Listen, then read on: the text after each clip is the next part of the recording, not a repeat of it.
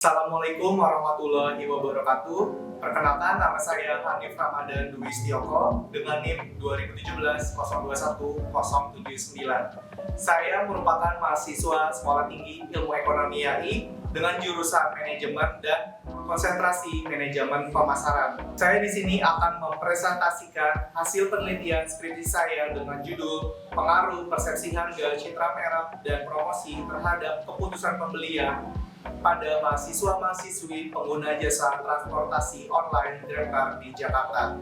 Sebelum saya memulai, saya mengucapkan banyak terima kasih kepada Bapak Agus Budiono selaku dosen pembimbing saya, dosen-dosen yang lain, karyawan-karyawan, serta pimpinan Sekolah Tinggi Ilmu Ekonomi AI.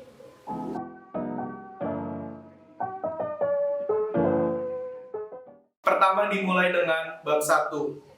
Latar belakang masalah. Salah satu moda transportasi umum yang bisa memberikan layanan privat di ibu kota DKI Jakarta adalah taksi. Jika dibandingkan dengan transportasi umum lainnya, taksi mampu memenuhi kebutuhan masyarakat termasuk mahasiswa-mahasiswi yang membutuhkan fleksibilitas rute, membutuhkan kenyamanan, pelayanan door-to-door, dan waktu yang lebih cepat. Namun, apabila dicermati, ada banyak hal yang harus dibenahi dalam layanan taksi yang ada pada saat ini, khususnya masalah kewajaran harga, keselamatan, serta kesopanan. Hasil survei Asosiasi Penyelenggara Jasa Internet Indonesia periode 2019 kuartal 2 atau 2020 mencatat Grab menjadi layanan aplikasi transportasi online yang paling sering digunakan oleh masyarakat, tetapi masih ada sekitar 60% orang yang tidak pernah menggunakan jasa transportasi online. Selanjutnya, kita masuk kepada identifikasi masalah. Pertama, tarif taksi konvensional suka memberikan harga tinggi kepada calon penumpang. Kedua, sulitnya calon penumpang atau mahasiswa-mahasiswi mencari taksi konvensional atau angkutan umum yang dekat di daerah rumahnya. Ketiga, waktu menunggu yang terlalu lama untuk taksi konvensional. Keempat, kurang sopannya dan etika dalam pengemudi taksi konvensional. Kelima, mengetahui perusahaan jasa transportasi mana yang paling banyak digunakan di kalangan mahasiswa-mahasiswi.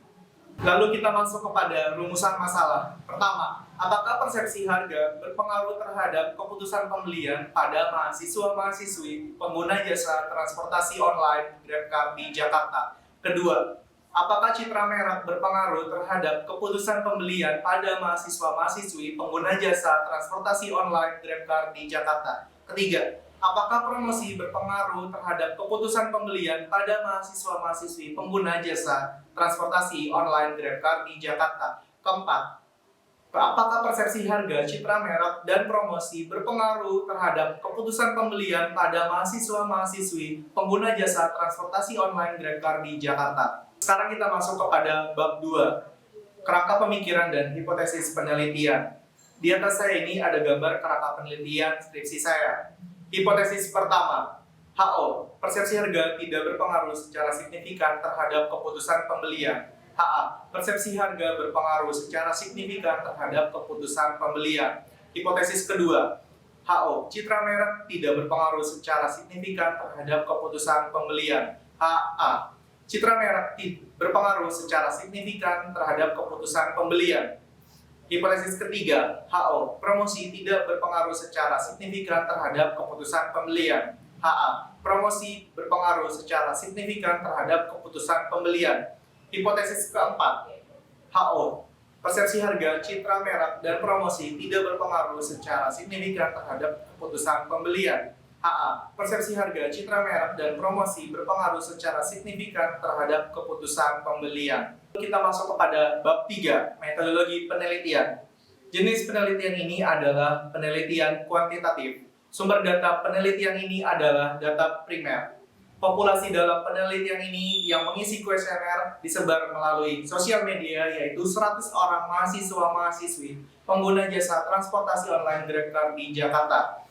Teknik pengumpulan data menggunakan kuesioner atau angket dengan skala Likert 5 poin.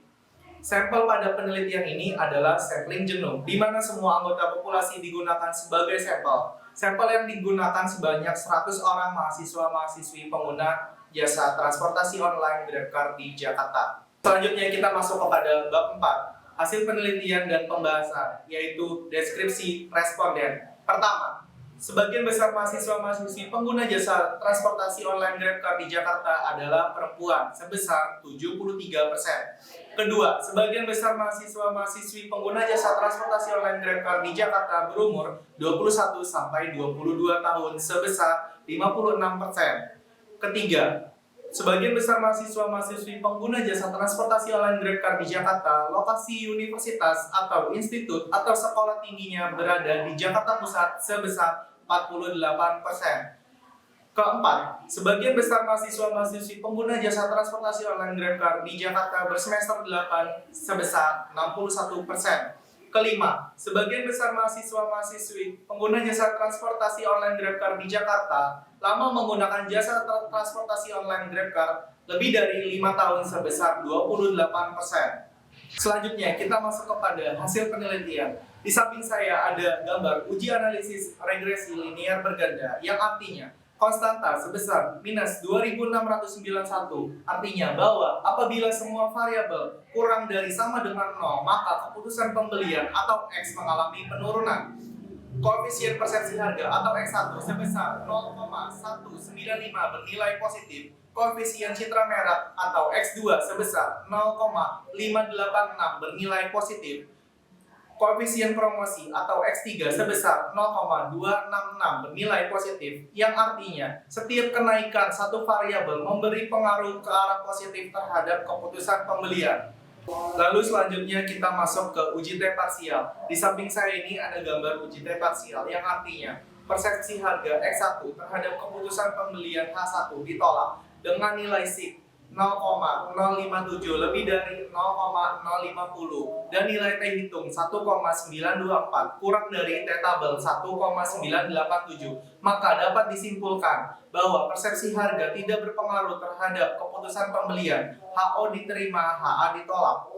Citra merek X2 terhadap keputusan pembelian H2 diterima dengan nilai SIG 0,000 kurang dari 0,050 dan nilai T hitung 5,558 lebih dari T tabel 1,987, maka dapat disimpulkan bahwa citra merah berpengaruh secara signifikan terhadap keputusan pembelian. HA diterima, HO ditolak. Promosi X3 terhadap keputusan pembelian H3 diterima dengan nilai SIG 0,003 kurang dari 0,050 dan nilai T hitung 3,084 lebih dari T tabel 1,987, maka dapat disimpulkan bahwa promosi berpengaruh secara signifikan terhadap keputusan pembelian.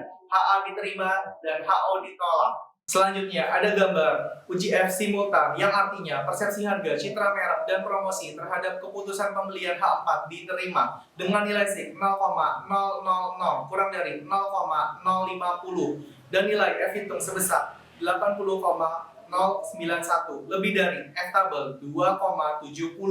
Lalu selanjutnya ada gambar uji koefisien determinasi R2 yang artinya dapat disimpulkan dari gambar tersebut bahwa uji hasil koefisien determinasi nilai R² sebesar 0,715 yang artinya 71,5% variasi variabel keputusan pembelian dapat dijelaskan oleh variabel persepsi harga, citra merek, dan promosi, sedangkan 28,5% lainnya dijelaskan oleh variabel lain yang tidak dibahas di dalam penelitian ini. Selanjutnya kita masuk ke bab 5, yaitu kesimpulan. Kesimpulan pertama, persepsi harga secara parsial bernilai positif tetapi tidak berpengaruh secara signifikan terhadap keputusan pembelian pada mahasiswa-mahasiswi pengguna jasa transportasi online GrabCar di Jakarta. Kesimpulan kedua, citra merek secara parsial bernilai positif dan berpengaruh secara signifikan terhadap keputusan pembelian pada mahasiswa-mahasiswi pengguna jasa transportasi online GrabCar di Jakarta. Kesimpulan ketiga, promosi secara parsial bernilai positif dan berpengaruh secara signifikan terhadap keputusan pembelian pada mahasiswa-mahasiswi pengguna jasa transportasi online GrabCar di Jakarta.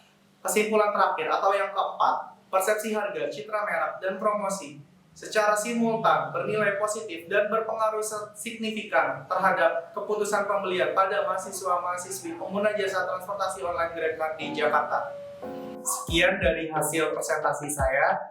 Semoga bermanfaat bagi peneliti selanjutnya. Kurang lebihnya mohon maaf. Terima kasih. Wassalamualaikum warahmatullahi wabarakatuh.